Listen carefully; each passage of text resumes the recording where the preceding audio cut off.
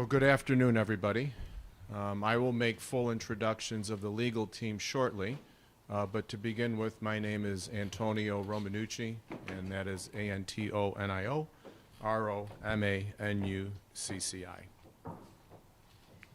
Let me begin with three simple words, and that is predictable and preventable. I'm going to just say it one more time. What you see to my right, what you see to my left, that is an equation that equals predictable and preventable. The tragedy that took place in Highland Park on the 4th of July of this year was infinitely more horrific because it never, ever needed to happen. 7 people were killed, more than 4 dozen injured, and countless lives have been changed forever. You are going to hear some stories today from some of our clients that are here. Some of them, they're not here. They just couldn't be here today because it was just too much. But you're going to hear some words. When I tell you that lives have been changed forever, we are here because of Highland Park, but this has been happening all across of our country way too often. You are going to hear words and stories of, I can't rock anyone to sleep anymore. My family is not whole. There was never a goodbye hug or a kiss. Horrendous, frightening, sense of safety gone. These will be the stories of the people that you will hear from, whose lives have been changed forever. And that's because there's one company in this country, Smith Wesson, because they designed and marketed an M&P assault rifle to do exactly what the shooter did on July 4th. And that is change people's lives forever. The one question that you will have is, what is this lawsuit about? Well, let me tell you what this lawsuit is about in half a sentence. The shooter was a shill for Smith & Wesson's marketing and advertising policy to do exactly what it wanted it to do.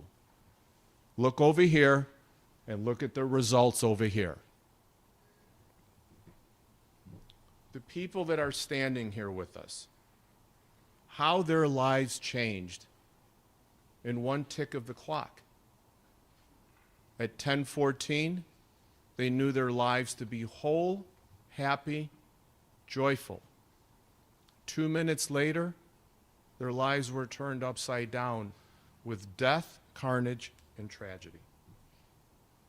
It simply did not have to happen. The clear and calculated Smith & Wesson marketing strategy that year, and year after year, as you will see their profits as they continue to increase. That's because they surrounded young and vulnerable people to messages of violence, adrenaline, power, and glory, with them resulting in a predictable result of carnage. Death, physical harm, mental anguish. But Smith & Wesson has watched this happen from their corporate suite now for years and years, as they've watched their gun sales increase, their profits increase. Have they tuned down their marketing strategy, their advertising philosophy when it comes to vulnerable young men in this country? No. The lawsuits filed today focus directly on gun maker Smith & Wesson. Their marketing of the M&P 15 was unfair and deceptive because they knew that these marketing and sales practices promote and sell an image that caters to and attracts individuals just like the shooter. As you will see in our complaint, there are horrendous images that this shooter made of himself that copied Smith & Wesson's marketing strategy because it worked. Now, the lawsuits further allege that the two gun stores involved here, online distributor Bud's Gun Shop and retailer Red Dot Arms, they negligently and illegally sold these murder weapons to the shooter in violation of the assault weapons bans in Highwood and Highland Park, Illinois. The shooter used the rifle to murder and wound, and the father was reckless also in helping his son acquire a weapon designed to harm as many people as possible and clearly as quickly as possible. It was brought to my attention today by one of our counsels that Smith Wesson, as of yesterday, they doubled down on their assault weapon. And they posted a video online instructing anyone who watched how to quickly discharge that assault rifle as fast as possible. How many gunshots could they get off as quickly as possible? This is yesterday. Doubling down. The use of Smith & Wesson AR-15 for this nefarious purpose was foreseeable and preventable, and there must be accountability for the corporate decisions that included this tragedy, clearly dismissing public safety while the corporation raked in record earnings. I'd like to introduce you now to some of the people that were affected, the humans, the souls, the heartbeats that were affected on this day as they went to this Highland Park parade. And as I told you, some of them are not here. And let me introduce you to them. The Roberts family, whose 8-year-old boy was shot and paralyzed. His twin brother suffered shrapnel wounds, and his mother suffered a severe gunshot wound. The estate of Nicholas Toledo, who was in town from Mexico with his wife, visiting their grandchildren, and he died at the parade. The estate of Stephen Strauss, who at 88 still worked 5 days a week as a stockbroker and was killed, leaving behind a wife and 2 adult sons. The estate, and mind you, when I say the estate, there are only survivors when I talk about an estate, who worked for decades at the North Shore the estate of Jackie Sunheim, who worked for decades at the North Shore Congregation, Israel, and was shot and killed, leaving behind a husband and daughter. Lauren Bennett, who was shot twice in her back, as well as her mother-in-law, Terry Bennett, who was shot in the arm. And mother Debbie Samuels, who was grazed by a bullet. Now, we are joined by the Bennett and Strauss family today. They are here, and you will hear from them. Lorena Revelar Sedano, who was shot in the foot. Mirna Rodriguez, who was shot in the backside. Michael Ziefert, who was shot in the chest, and his wife, Dr. Christine Ziefert, who was with him at the parade. Amelia Tenorio and their young son, who were both shot and wounded. Sylvia Vergara, who was shot in the leg. Over 30 other people who saw their family members shot and themselves suffered emotional trauma at the parade. If you take a look to my left and your right, you'll see the map that we have here, the first poster to my right. And you can see where these families were standing, as I told you. They were expecting a day of joy, of happiness, their first parade after COVID, and instead it turned into a scene of mayhem. You will notice that a number of these families, as I said, are not here today. It's extremely difficult for all of them to be here. This is triggering, it's traumatic, and I'm so honored that we are here by some of you today. Thank you. I would like to take a moment to introduce our legal team, because we do have a very, very formidable, powerful legal team from across the country representing these families. We are so honored and humbled to be standing before you today introducing this litigation against Smith & Wesson and those who are responsible for these deceptive marketing practices which result in these terrifying events. So I'd like to acknowledge the attorneys, first from Romanucci and Blandon, managing partner Gina DeBoni, partner David Nyman, and partner Michael Holden. From Everytown Law, Alla Lefkowitz, Senior Director of Affirmative Litigation, Kristen Hitchcock and Lauren Keeley. And from Paul Weiss Rifkin, Wharton and Garrison, partner Chris Boeing, partner Jeff Recker, and Carly Lagrateria. Are you all here standing? Yes. Perfect. And then we also have attorney Keith Hunt, Howard Ankin, and Anthony Louisi. We are also pleased to be shoulder to shoulder in this fight with fellow law firms. If they're here, where are you? Ari Shard from Edelson from Edelson and national law firm Brady. If you want to step over here. We also have Matt Sims from Rappaport, from the Rappaport Sims Law Offices, and they are partnered with the Koskoff firm from Connecticut, who are also representing victims of this tragedy. And you will hear from them shortly, as they also have their clients that they want to introduce to you also.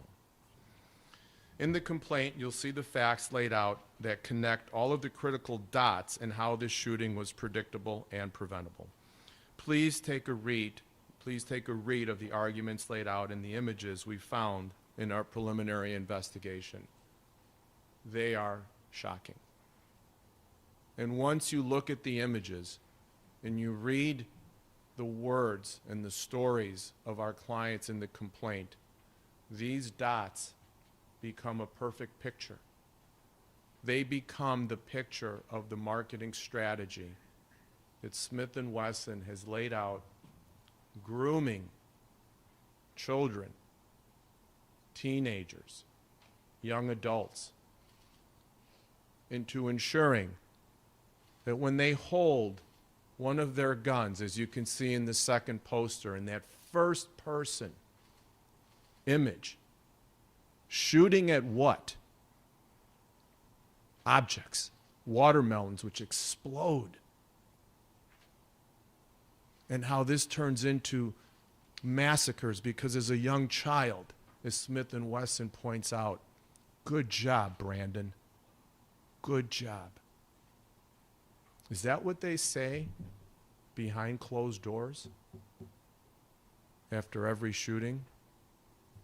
Probably, because after every mass shooting, Smith & Wesson has a bump in sales, and a bump in sales brings a bump in profits. Bump in profits bring bonuses to that C-suite. We say no more. We say it's over. We all say we're done. Consumers, shareholders, and decent people everywhere should be enraged by the corporate misrepresentations of Smith & Wesson's relationship with the U.S. military. A fiction. This M&P, there's no military, one military person in this country that uses an SW M&P 15. And the way that their marketing glorifies these weapons designed for military mass destruction. They pride themselves in their marketing. They brag about it. Their goal was to create 8 million new gun owners. And how did they do it? They groom children. Because, as one of my dearest friends who I've litigated with across the country, he likes to talk about truth to power. Well, when you're a child, when you're a teenager, you don't know who's speaking the truth all the time. And when you see a great ad like that, that to them is truth, and then they want the power. That's how Smith & Wesson does it. And that's how you'll see when you read this complaint, how it all adds up, Predictable and preventable.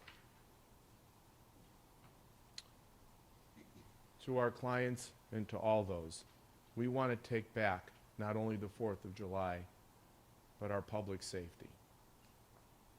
We begin today. I thank you.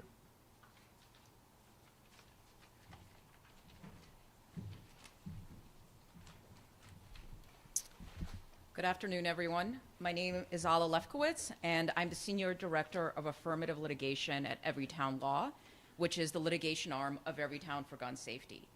Everytown Law is co-counsel on these cases, along with our partners at Romanucci and Blandon and Paul Weiss.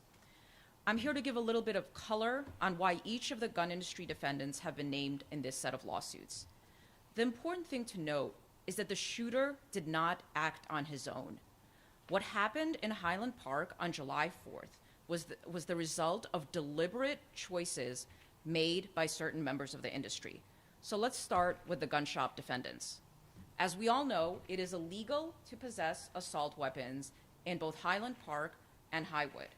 Yet, as we've alleged in the complaint, the gun store defendants, knowing this, chose to sell and transfer the Smith Wesson M&P rifle and assault weapon to the shooter, thereby facilitating the mass shooting that occurred on July 4th. And for that reason, we will hold them accountable. Now let's talk about Smith & Wesson. Out of the 10 most destructive mass shootings in America in the past 10 years, that is, mass shootings resulting in the highest number of gunshots, injuries, and deaths, all 10 have been committed with AR-15 style assault weapons. 70% of those shootings have been committed by men between the ages of 18 and 26. And 4 of them, 40% of the most destructive mass shootings in America since 2012 have been committed by men wielding Smith & Wesson M&P15 rifles. This is not a coincidence. This is the result of a dangerous marketing and promotion strategy utilized by Smith & Wesson since 2006, when it first introduced the M&P rifle to consumers. The strategy has allowed it to obtain the leading share of the assault rifle market in the United States. And our clients are here to say enough of this. Smith & Wesson has marketed its assault rifles to the civilian market as specifically designed to satisfy the needs of military and law enforcement personnel. Why do they do this? Because Smith & Wesson wants to confer credibility on its M&P rifles from professional trained users to the civilian young men who look up to military and law enforcement personnel. But while law enforcement are highly trained on their weapons, the civilian users that Smith & Wesson targets are by and large not. And a certain subset of them want these weapons to act out a perverse combat strategy of killing as many people as possible. We all know this, and Smith & Wesson certainly know this. But as we've alleged, it still chooses to use this marketing strategy to build and feed and create a consumer base of young civilian men who are going to keep the money rolling in, not just through the sale of the rifles themselves, but all of the deadly accessories that go with it. Just look at Smith & Wesson's tagline for its assault rifles. More adrenaline, an experience you have to feel to believe. More power. This is the exact same playbook that was used by the tobacco industry to hook kids on its addictive products.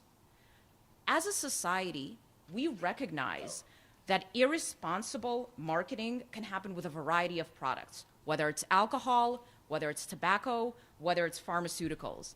And it is high time that manufacturers like Smith & Wesson are held accountable for facilitating these entirely preventable mass shootings that have terrorized our community. Thank you, and I'm happy to take any questions at the end.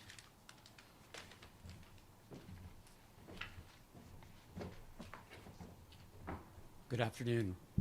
I'm Chris Boning, a litigation partner at Paul Weiss, Rifkin, Wharton, and Garrison in New York City. Today's lawsuit is about accountability. Smith & Wesson is the clear market leader in the sale of assault weapons to civilians. It is also, as you just heard, the leader in another category. Its AR-style weapons have been used in 40% of the 10 most destructive mass shootings during the past 10 years in America, leaving behind a trail of dead, injured, and traumatized. This suit is another step on the road to ending this senseless violence and never-ending pain, trauma, and anguish forced on victims and survivors of gun violence. Smith & Wesson has been on notice for years that its marketing and sales practices were stoking this violence. Yet it continues to target its advertising to consumers like the shooter here that it knows are impulsive and prone to violence. Time and again, Smith & Wesson has seen its products used in mass shootings like Aurora, San Bernardino, Parkland, and now Highland Park. And that violence is consistent with the messaging in its advertisements, like the ones you see displayed and like the ones detailed in the complaint, which depict first-person shooter scenarios and tell would-be purchasers that they can use Smith & Wesson's assault rifles to get accurate hits on target while avoiding bullets by moving cover to cover. Yet Smith & Wesson refuses to take accountability or even the most basic steps to address its dangerous sales and marketing practices. That's because the practices sell more weapons, and every mass shooting leads to an increase in sales and an increase in the stock price. Smith & Wesson, Bud's Gun Shop, Red Dot Arms, and the rest of the gun industry cannot avoid the consequences of the death and destruction caused by the very consumers they court with their marketing and sales practices. If justice is about forcing those who bear responsibility, in whole or in part, to pay compensation for physical and mental pain and suffering, then these are the right defendants. Actions like the ones filed today are critical to holding the gun industry accountable for the suffering of the victims and the families. As you've heard, this was preventable. The Highland Park 4th of July shooting should not have happened. Mass shootings in this country should not happen. Predictable and preventable, and this suit is an attempt to stop the continued practice and to hold the gun manufacturers accountable. Thank you.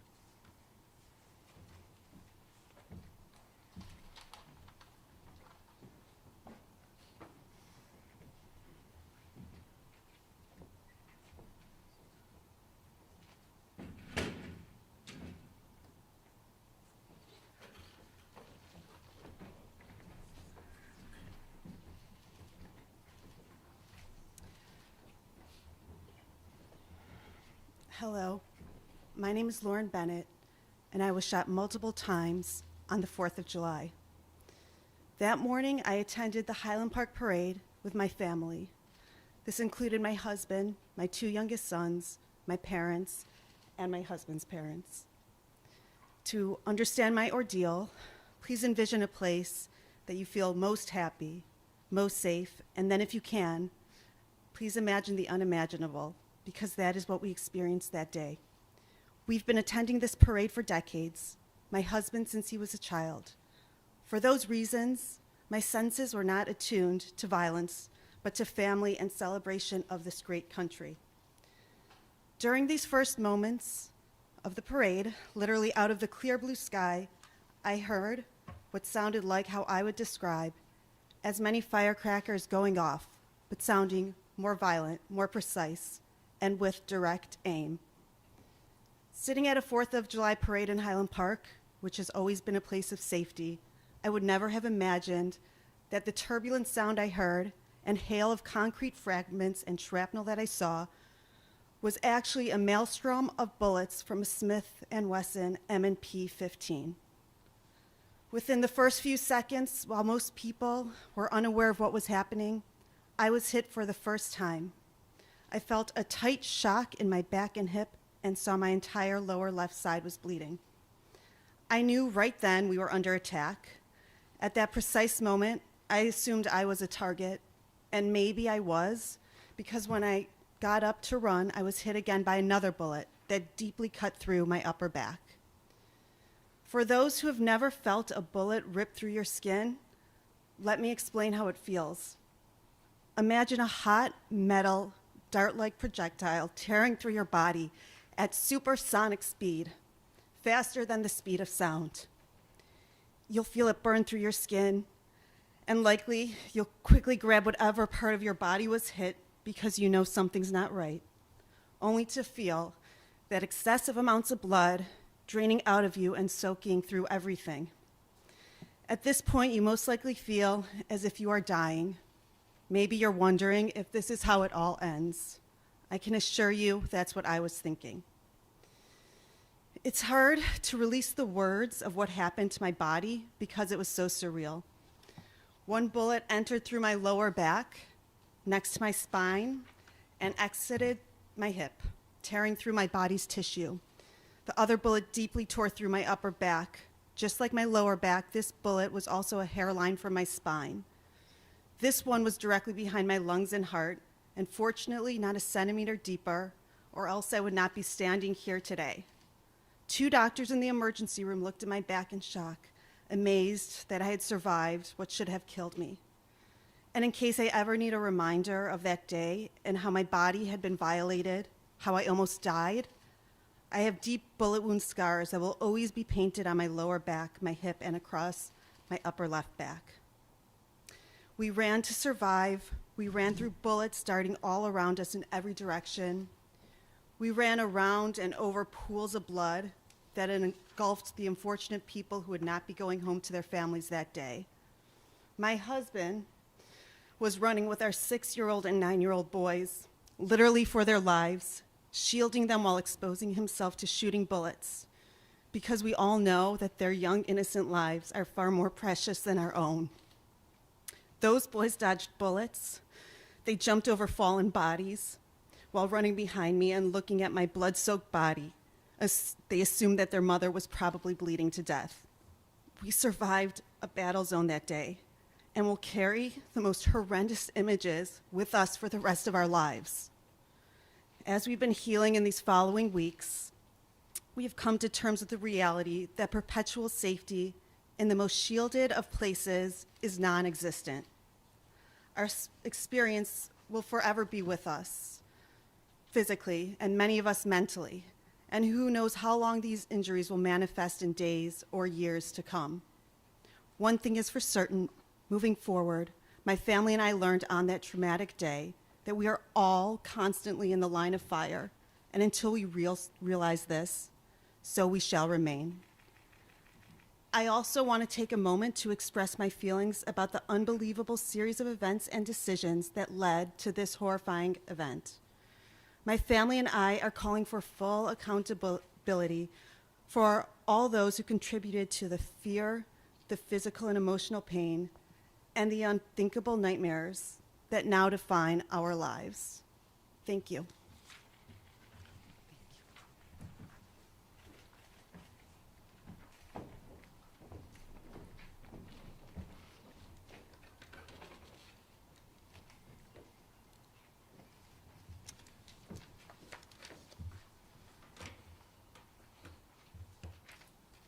Hola, mi nombre es Laura Bennett y el 4 de julio recibí varios disparos.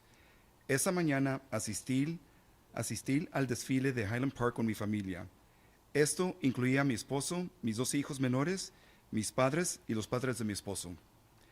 Para comprender mi calabrio, le pido que imagine un lugar en el que se siente más feliz y seguro y luego si puede imaginar lo imaginable, porque eso es lo que experimentamos ese día.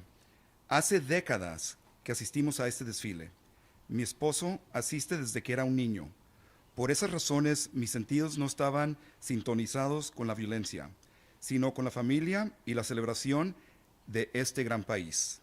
Durante los primeros momentos del desfile, literalmente desde el cielo azul claro, escuché lo que sonó como lo describiría como muchos petardos estallando, pero con un sonido más violento, más preciso y con un objetivo directo.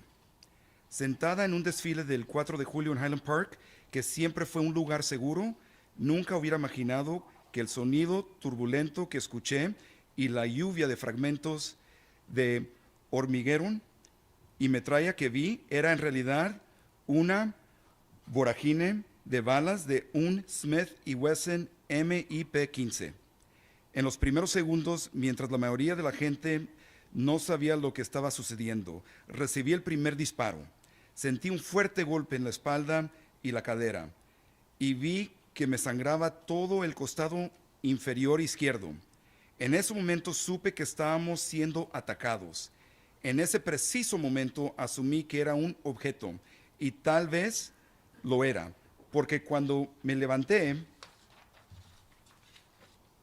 para correr recibí nuevamente otro disparo de bala que me atravesó la parte superior de la espalda.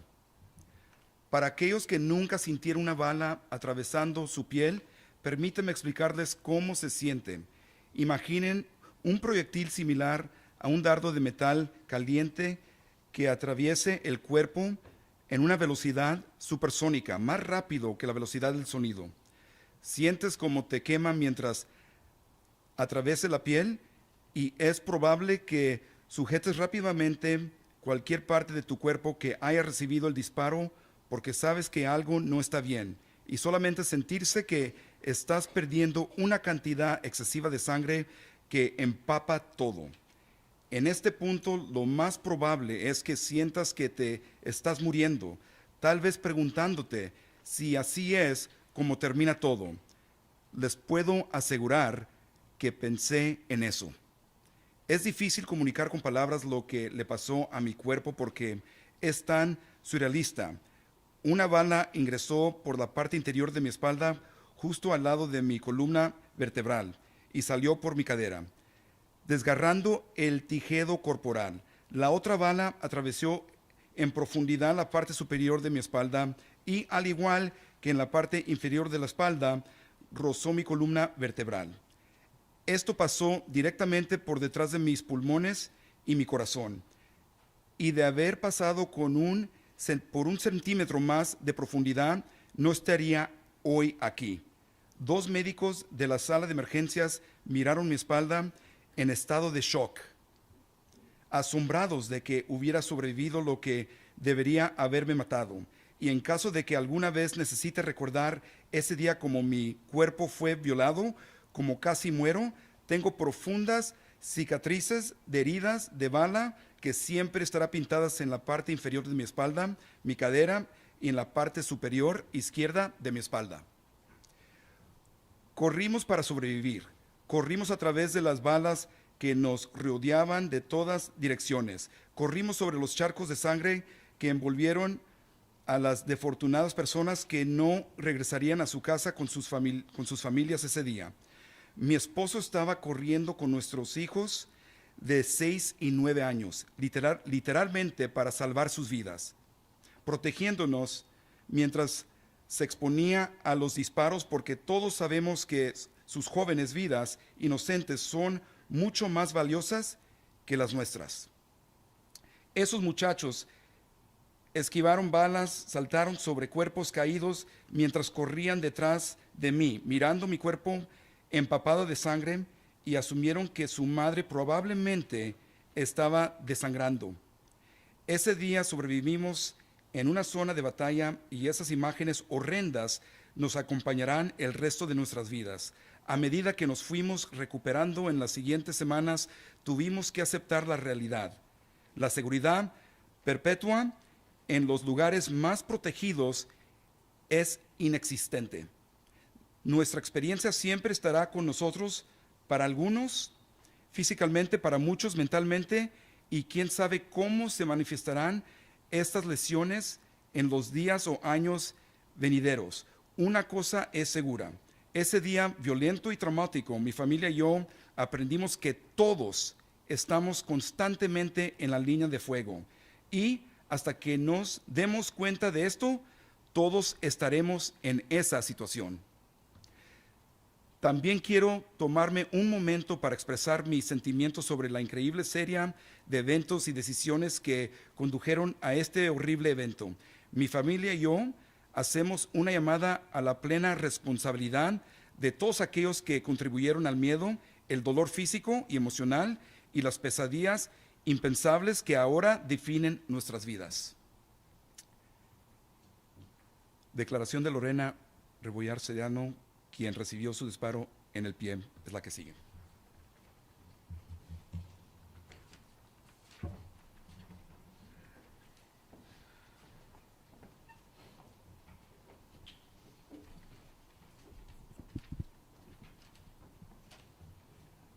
Good afternoon. My name is Mike Holden. I'm a partner at Romanucci and Blandon. I'm going to read two short statements from two of our clients, beginning with Lorena Rebolar Sedano. The 4th of July was a tragic day when Highland Park was dressed in mourning, a day where it was supposed to be spent with the family. Personally, as one of the victims, it was a terrifying day. The most frightening day of life. It will remain forever in our memories, where our lives changed completely, especially those who lost their loved ones. After that day, my life is not the same. I'm afraid to go out to places where there are crowds of people, and I think that is not fair. Because of the marketing and advertising of these kinds of weapons, our lives will never be the same. This is why we demand justice, so that this person pays and all those responsible pay for what they did.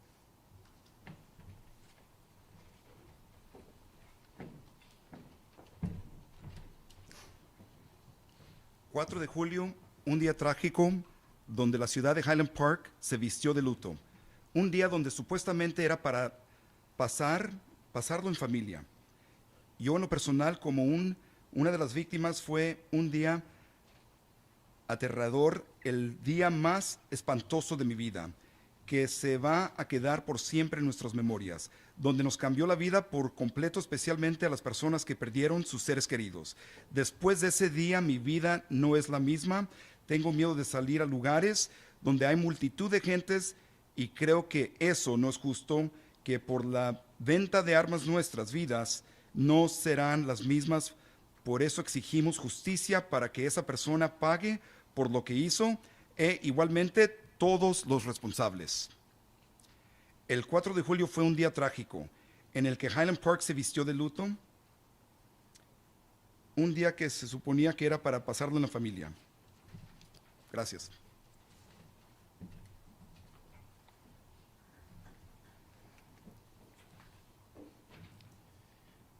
The next statement is from Mirna Rodriguez, who was shot in the backside. The 4th of July changed the lives of my whole family, especially my 5-year-old son. For him, it was like his first parade, since he had only gone to one when he was just a baby before the pandemic. He was super excited when I told him that we were going to go to the parade. He asked me, "What's a parade?" I explained to him what we celebrate and that there is going to be candy and lots of fun stuff to see, and he was super excited. But I did not tell him he would need to be terrified. We never expected the fear of losing one of our children or my husband's life or maybe my own life. We didn't know if we would make it out alive at that moment when the shooting started. After the tragedy, my son doesn't want to know anything about parades. He is very scared and he has nightmares at night. My older children, who are 19 years old and 16 years old, don't want to talk to anyone about what happened that day. They are so traumatized they prefer not to talk about it at all. I don't know for how long the nightmares we live in our lives. That's why we demand justice and that these types of weapons do not reach the hands of sick people like the person who did this to us.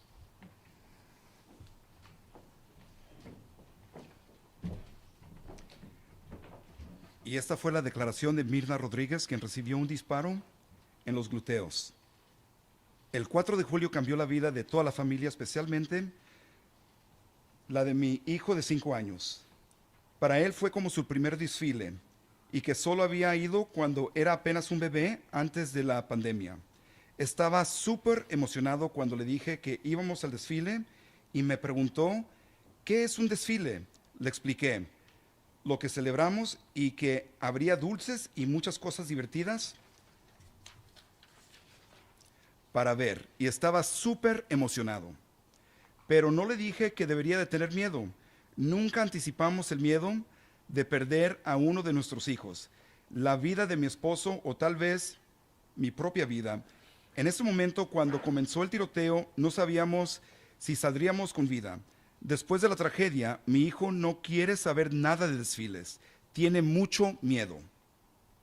Tiene pesadillas nocturnas. Mis hijos mayores de 19 y 16 años no quieren hablar con nadie acerca de lo que sucedió ese día. Están tan traumatizados que prefieren no hablar de eso. No sé por cuánto tiempo tendremos pesadillas en nuestras vidas. Por eso exigimos justicia y que este tipo de armas no lleguen a manos de enfermos como el que nos hizo esto.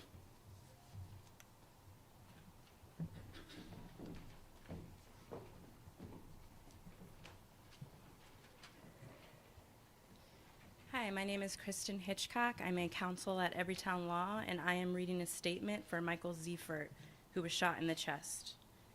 The statement below is on behalf of myself and my family and how the tragic events at Highland Park's 4th of July parade has affected us. My family's experience is just one of many. The whole community has and will continue to be impacted by this horrific event. I feel extremely grateful that my family and I are all still here today and that we have each other to help us deal with the aftermath of this event. I empathize with all the individuals impacted by mass shootings, and especially with the families whose loved ones were lost.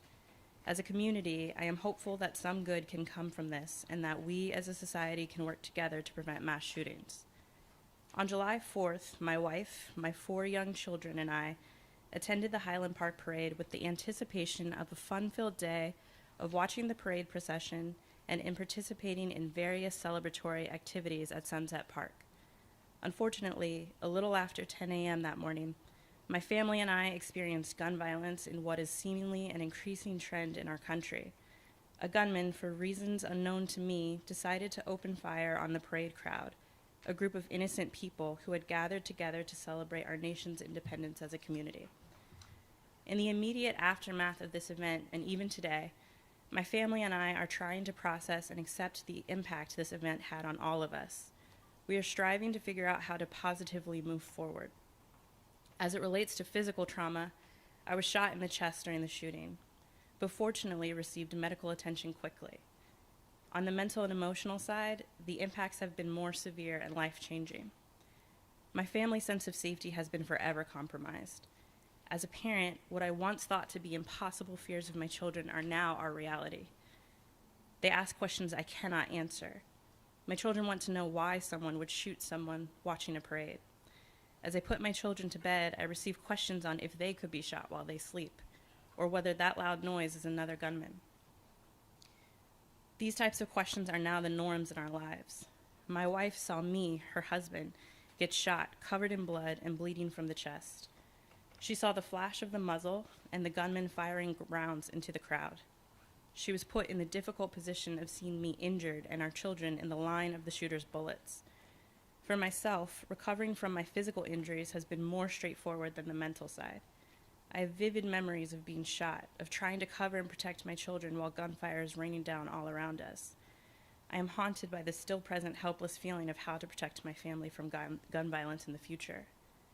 As my family and I move forward, we have begun the process of accepting our new reality and how our lives will be forever changed by this tragedy.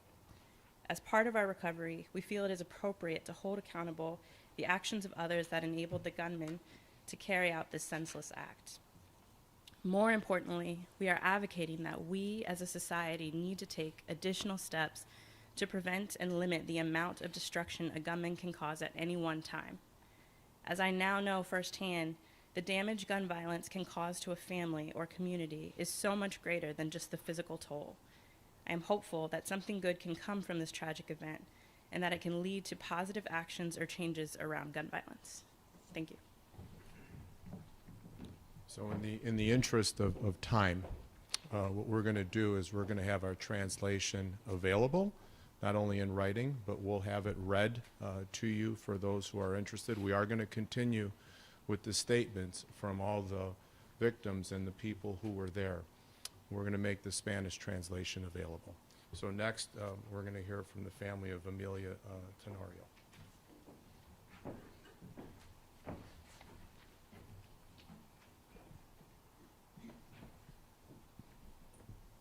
Hello, my name is Carly Lagerteria. I'm from Paul Weiss, Rifkin, Wharton, and Garrison, and I'll be reading 2 statements today, starting with, as Tony said, the statement by Amelia Tenorio, who was shot in the back of her thigh, and her son was shot in the leg. The 4th of July was a day we used to go to the parade every year as a family. This year, we all left home happy to see it one more time, without imagining the tragedy that we have to live through. It was so terrifying for me to see my 11-year-old son injured in his leg, crying. He asked me what I had done, what had happened to him. At that time, I was just hugging him to keep him calm. Before the tragedy, our life was calm. We went for walks in the afternoon. We went out to the park without fear that something bad would happen to us. After that day, nothing is the same. Now we live with the fear and the trauma, and that's all we have left. That is why we demand that justice be done and that we stop marketing and advertising these kinds of weapons to people who harm innocent people.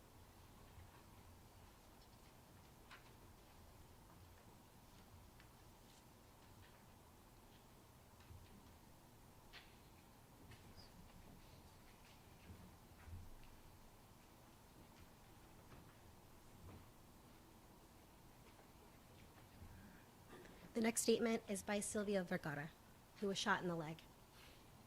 What I thought was going to be the first 4th of July that I had all my daughters together changed in an instant. It was not the 4th of July we had hoped. Now we have to go through our life with fear and trauma. The thought of going out in public is a big challenge for us due to the fear that it could happen again. The sound of fireworks, screams, or big bangs puts us in a state of panic and fear. These occurrences bring back memories of that day. Not only do we have to fear that challenge, but I also have to ensure that my daughters and grandkids understand that everything is going to be okay. We will get through this together. God has given us a second chance, and we are here to make sure that justice is served. This horrific event not only damaged my family, it damaged the whole community.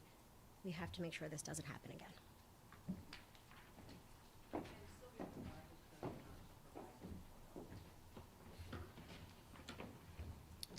I'm Gina DeBoni. I'm the managing partner at Romanucci and Blandin, and I'll be reading a statement by Leah Sondheim, daughter of Jackie Sondheim, who was shot and killed. Before July 4th, if asked to speak about my mom, I would have answered with a casual smile and a simple "she's the best." If I was feeling poetic, I would have said that when I think of her, it fills me with a comfort similar to a kitchen still warm from a freshly baked pie. After July 4th, this does not feel like enough. How do you accurately describe years of love and safety? How do you begin to weave thousands of moments, the tiniest of details, into a larger image? How do you properly share the feeling of being rocked to sleep, the joy of dancing around the living room, and the years of conversation? For 28 years, I lived in a world certain that no matter what happened, my mom was just a phone call away. After the phone rang on July 4th and my dad had to tell me that my mom went to the parade, that she was shot, that she was dead, my life is now broken into a before and after. Before, when my family was whole, my childhood home was filled with yarn and laughter. When I would receive at least one call a week to talk about everything and nothing. After July 4th, there is silence, there is grief, there is the weight of her loss filling up every corner of my life. On July 8th, I spoke words I should never have to say at my mother's memorial service. These words came easily to me, words that I wrote as I flew back home that I no longer recognized. I typed them up sitting to a stranger as tears ran down my face, and I fought to take my next breath. But the words flowed easily in that moment. I was able to summarize the shock, what I was feeling, and what I wanted myself, my dad, and my community to feel. Just like it was easy to say those words in front of hundreds of people on July 8th, just 4 days after our lives had forever changed.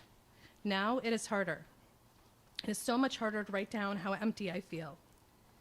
It is much harder to acknowledge and face that this after is my new normal, because the world does not stop, not for anyone or anything. The world can slow for a moment, but that moment is different for everyone. For some, it's just a momentary pause, a brief second to read the headline of another mass shooting. For others, this moment is a few days of funerals and Shiva. And for some, it's weeks of crying, of missing work and other activities. But for me, for my dad, it is a seemingly endless moment of after. That is now our new world. I will spend the rest of my life trying to weave the before into the after, to never forget her laugh, to fill a new home with warmth and love, to keep her memory alive. But I hope this after takes on a new meaning. I hope that this after, this time is different. I need this time to be different. I need there to be accountability for those that allowed this tragedy to take place. I need there to be some form of justice for my mom's senseless, violent death. I need to know that this time, something will change.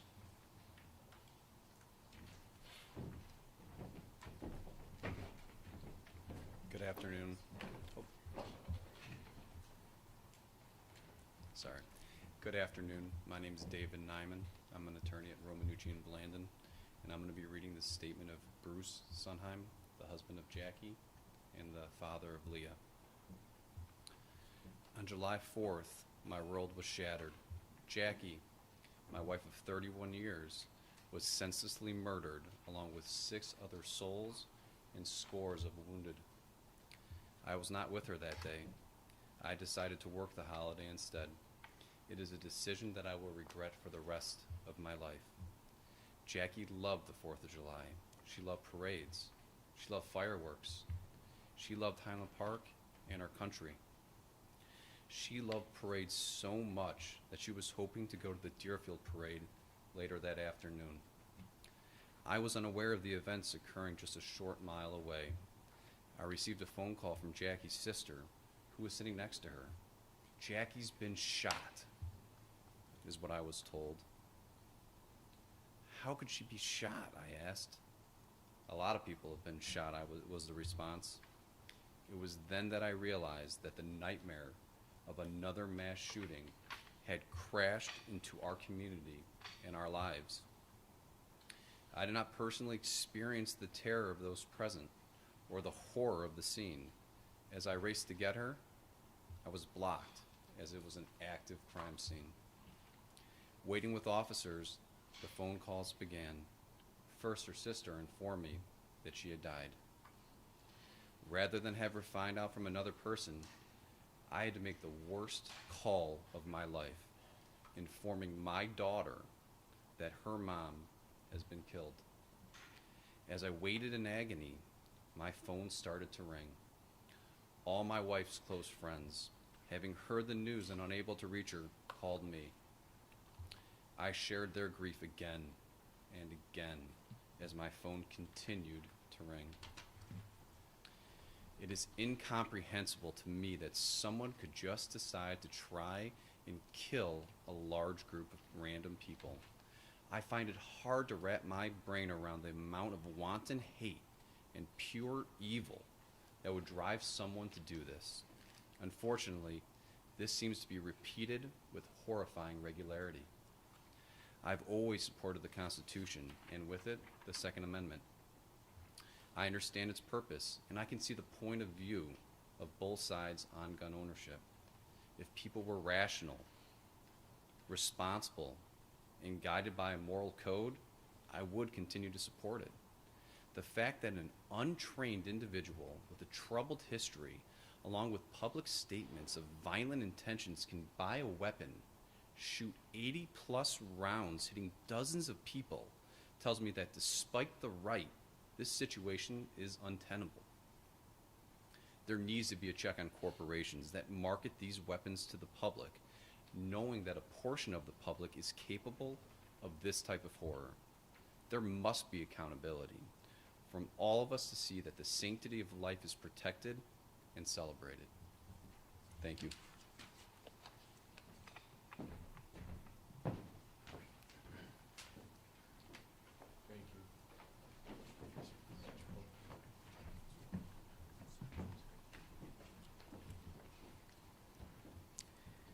The evening of, excuse me, the evening of July 3rd, my family and I had been out to dinner with my parents, and my dad mentioned that he would be attending the 4th of July parade in Highland Park, as he had for decades. This was the same parade that he had taken us to as kids, and a fun tradition he still enjoyed and wouldn't think of missing even at the age of 88. Naturally, I thought nothing of it and wished him a good time. The following morning, my brother and I heard about shots fired at the parade. And like most people, we thought, that's terrible, but it could never happen to us. But we still needed to hear my dad's voice to know that he was okay. So we called his cell phone again, and again, and again. No answer. Panic quickly set in, and it was a terrifying wait for some sign that he had escaped the horror that was unfolding on the streets of our hometown. Since I am the one who lives in Chicago, my brother lives in California, I hurried up to my parents' house in Highland Park. Halfway there on the expressway, a call from the Highland Park Hospital ER flashed on my phone screen, and my body flooded with a sickening feeling of dread. The voice on the other end identified himself as a physician at the hospital. "Is he okay?" I gasped. No, he was not. Our father was one of the victims. He was gone. There are no words that can truly convey the trauma of having a loved one stolen from you, violently snatched away with no rhyme or reason, never to return. There would never be a goodbye hug or kiss. There would be no opportunity to thank him for all the love and support he showered on us over the years. There would be no more jokes, laughs, or conversations. Our dad had been stolen from us, and we would never get him back. The bullets that ended our father's long life also forever altered the path of our family. Now, we would share the unwelcome distinction of being yet another American family shattered by random gun violence. Now, we must forever carry the burden of being one more in a growing number of unlucky ones who crossed the path of a deranged, angry, and soulless killer who felt the need to make a name for himself, to be written in the blood of his innocent victims. That our family's name will be forever associated with his is also a part of this bleak, ongoing horror story. We stand here today because of a growing cancer in the fabric of American life that threatens us all, where desperate lost souls can easily outfit themselves with military-grade weapons and impulsively wreak havoc on their communities in a matter of seconds, turning a joyful celebration into carnage. In the aftermath, the pain, loss, and grief that we must endure is never ending. This time it was our family, next time it could be yours. If our father wasn't safe attending an ordinary hometown celebration of American values, none of us are safe or ever will be. Now I'd like to introduce Ari from the Edelson firm and Brady. Thank you, Tony. One of the victims that filed a lawsuit this morning was Liz Turnipseed. She was unfortunately forced into the hospital this morning with complications related to her wounds. But she sent me a statement from her hospital bed that she'd like me to read.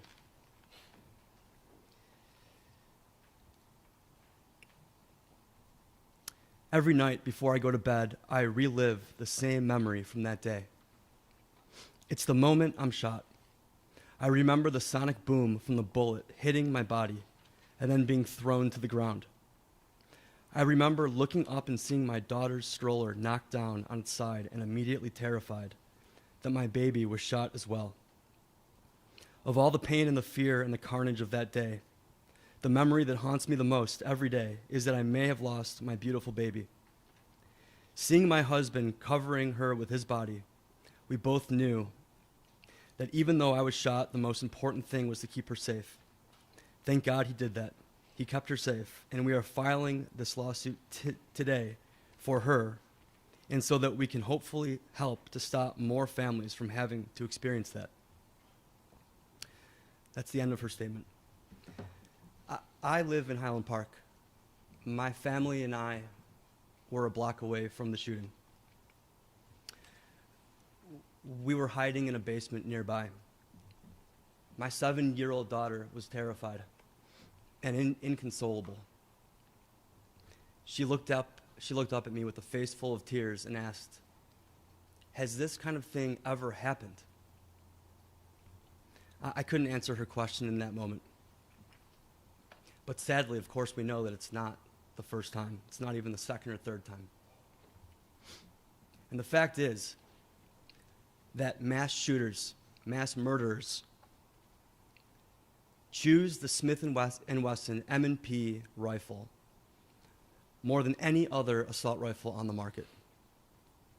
Smith & Wesson's marketing campaigns don't just blur the line between fantasy and reality. They destroy it. Gun sales skyrocket in the days and weeks after mass shootings. We believe that we will demonstrate to a jury that Smith & Wesson is out there training mass shooters as we speak in households all over the country. This is a historic legal team comprised of top plaintiffs' firms, the two leading gun violence prevention organizations in the country, that's Brady and Everytown, and some of the largest and most prestigious defense firms in the world. This coalition is HP strong, and we will never run out of energy for this fight. Thank you.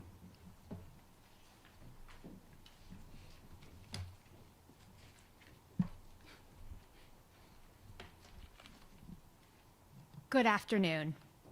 I am Erin Davis. I am the Senior Counsel for Trial and Appellate Litigation at Brady. For over 30 years, Brady's legal team has been fighting in courts and across communities on behalf of victims and survivors of gun violence. Brady represents brave clients who take action in court to make the gun industry act more responsibly and to keep our communities safe across the country. It is my great honor today to be here on behalf of Liz Turnipseed and the other victims of the Highland Park shooting, who made the brave decision to turn tragedy, injury, and loss into action. Manufacturers like Smith Wesson should not be allowed to irresponsibly design and market weapons of war to the general public, profit off of sales of people who will foreseeably facilitate mass shootings, and destroy communities without accountability. Liz and these plaintiffs are here today and are bringing this lawsuit because they want to prevent others from suffering in the way that they have.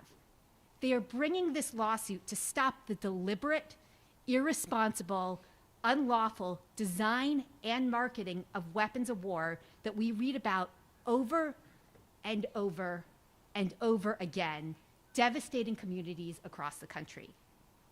This is an important case. It's important for these plaintiffs, it's important for Highland Park, but it's also important for families across the country who have been victims and survivors of these weapons of war. Thank you.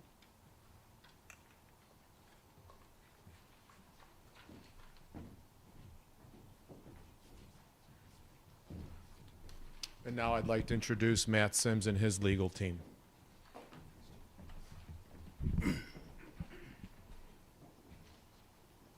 Good afternoon, everyone. My name is Matthew Sims. I'm a partner at the Chicago-based law firm of Rappaport, Weisberg, and Sims. And present here with us today, but not on the stage, are Maria Uvaldo and two of her 4 daughters. Maria's husband, Eduardo, was shot multiple times at the Highland Park parade. Maria was also shot, as was their 13-year-old grandson and so many others. I want to tell a little bit about Eduardo Uvaldo and his family's experience that day. Eduardo was born in Mexico. He came to the United States as a young man looking for opportunity, and he found it. And when he found opportunity, he also found love. When more than 50 years ago, he met his wife, Maria. They fell in love, they married, and they chose to raise their family in Chicago's northern suburbs, not far from where we are here today. And along the way, Eduardo and Maria proudly earned their U.S. citizenship. To the Uvaldos, family was everything. And as their family grew with children, grandchildren, and great-grandchildren, the family stayed close by. Get-togethers and celebrations were important, and for the Uvaldo family, the 4th of July parade in Highland Park was an especially important tradition. In most years, Eduardo would arrive early to ensure that his grandchildren could have cherished front row seats at the parade. And this year's 4th of July parade began no different than many others from years past. And again, the Uvaldos came together to celebrate their shared love for this country.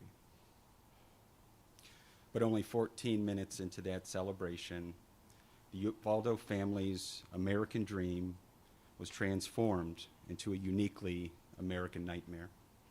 It was in that moment that the sharp crackle of rapid rifle fire cut above the rest of the sounds of the parade. And in those first few seconds, as the shooter emptied his first 30-round high-capacity magazine into the crowd below. Before anyone realized what was happening, Eduardo was shot through his arm as he sat in his chair. And as the bullets continued to rain down around him, and it became apparent that a shooting was happening, Eduardo's first instinct was not to run away from the danger. It was to make sure those around him and his family were safe. And as he stood up from his chair to check on his family, another bullet found its mark and struck him in the head. In the moments that followed, Eduardo was first rushed to Highland Park Hospital. He was emergently transferred to Evanston Hospital. And while his family prayed for a miracle, a team of highly qualified medical professionals did everything in their power to save him. But the gunshot wounds were too much. On the morning of July 6, 2022, comforted perhaps by the reassurance that his wife and his family were safe, Eduardo took his last breath. But it did not have to be that way. Not for Eduardo and not for anyone else at the parade. Because the assault rifle used to perpetuate this atrocity was made by industry leader Smith Wesson, a company that touts in its filings to the SEC that its #1 business goal is to be the undisputed market leader in the firearm industry. Smith & Wesson has built a $1 billion a year business by selling as many assault rifles as possible. And to achieve those record-setting sales, Smith & Wesson deployed a sophisticated marketing campaign designed to target and capitalize on the individuals most likely to use those weapons to carry out violence. Indeed, Smith & Wesson has trademarked the M&P logo, which stands for military and police, but not with the intent to sell these weapons to the military or the police. Rather, it was designed to target sales to exactly the civilian audience most likely to engage in violent and criminal behavior. And when mass shootings happen, gun sales go up. The reality is that weapons like these are direct descendants of the AR-15, a weapon purposely designed for use by the United States military to inflict as much carnage as possible in combat. We believe that Smith & Wesson's marketing violated Illinois law by promoting and encouraging violent criminal behavior. After all, Smith & Wesson has figured out that mass shootings increase assault rifle sales. But when companies break the law and that unlawful conduct causes harm, they should be held to account. To achieve that accountability, the Uvaldo family has asked our Chicago-based law firm to partner with the Connecticut-based law firm of Koskoff, and Beater. And we're pleased to stand here today with all these other fine law firms to join forces on behalf of all who suffered, united in a common cause to do everything that we can to right this terrible wrong. Thank you.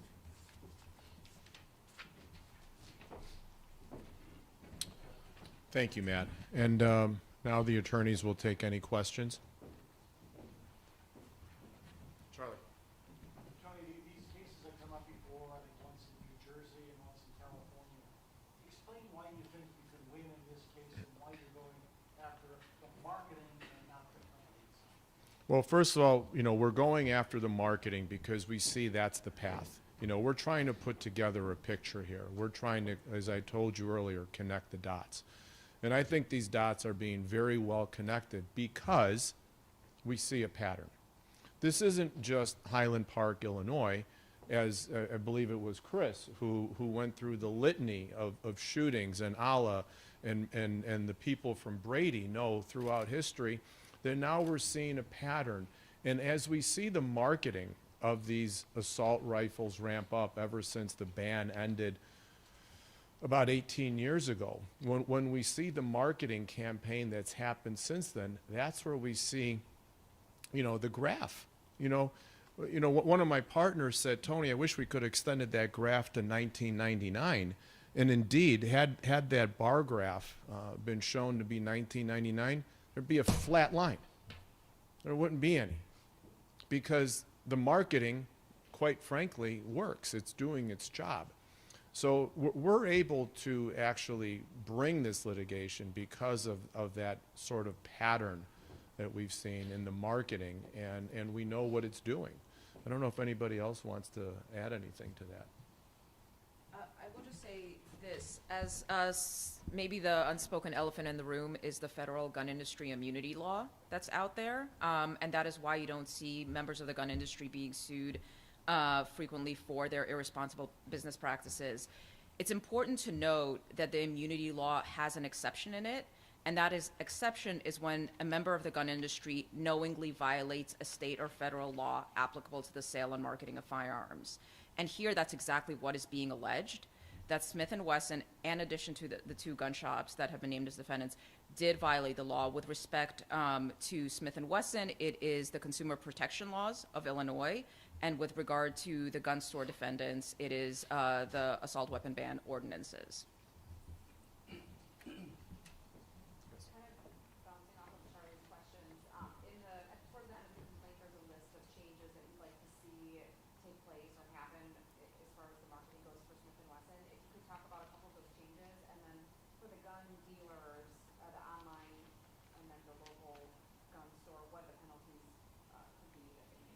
Sure, I'm going to maybe Chris or Alla, because they have some experience a little bit more in that. So I'm going to defer to those who have specific expertise.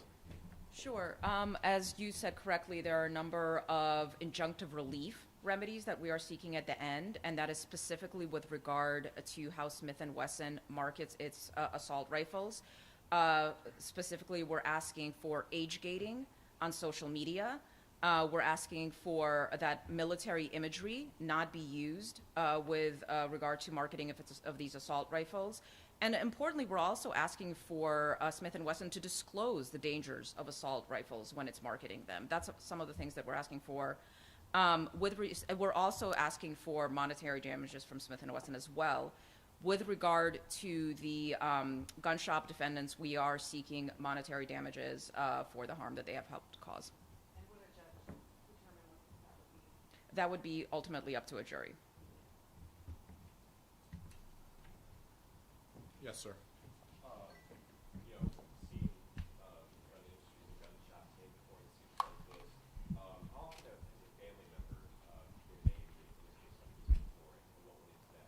Well, I mean, family members have been named before, and if you're talking specifically here, yes, the shooter has been named, and it's appropriate to name the shooter here.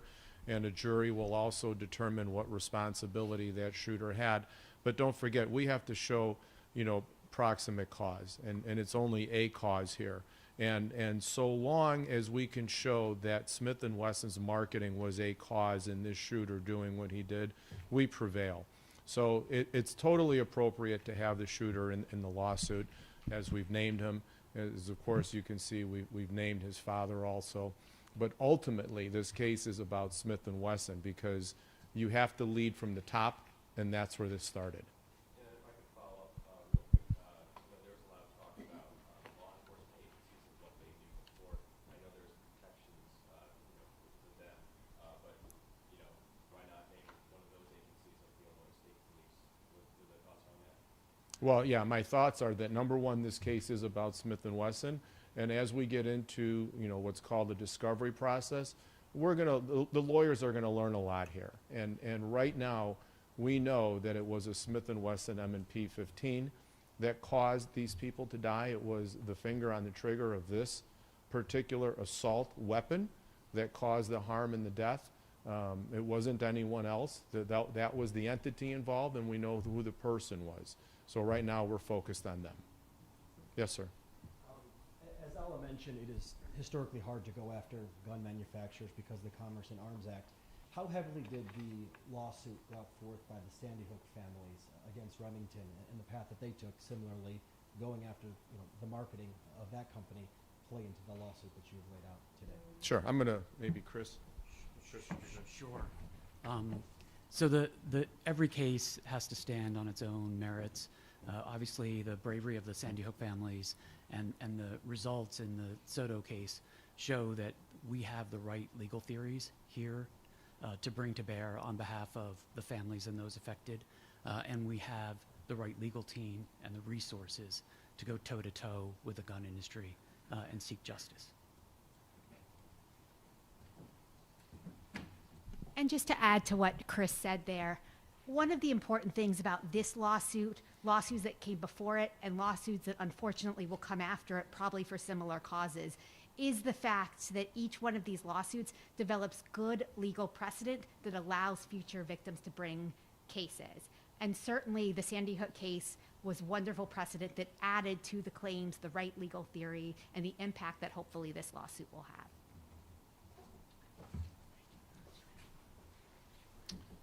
Oh, yes, sir. What will you be seeking from Primo? So ultimately, it's up to a jury. A jury will decide, who's responsible, how much responsibility, and it's up to them to award damages in however they see fit. I can't predict what a jury will do. Certainly, we feel that there's responsibility, a lot of shared responsibility across the board, and we'll leave that up to the jury to make that determination. Charlie? Tony, what's the timetable here? Once this suit has been filed today, I imagine, would you expect to be in court? When do you expect to start gathering your We want to start as soon as we can. What you see here on stage, I can tell you that's only a fraction of the team that's going to be fighting, for these people. So we feel very well fortified in being able to respond to anything and being offensive in terms of being able to move this litigation as quickly and as efficiently as the court will allow. So to answer your question, I don't know, but we are prepared. This was not done indiscriminately today. It was done with a lot of thought. One final question. Okay, thank you all very much. Excellent. Thank you, everyone. We'll continue for the Thank you, remainder Charlie.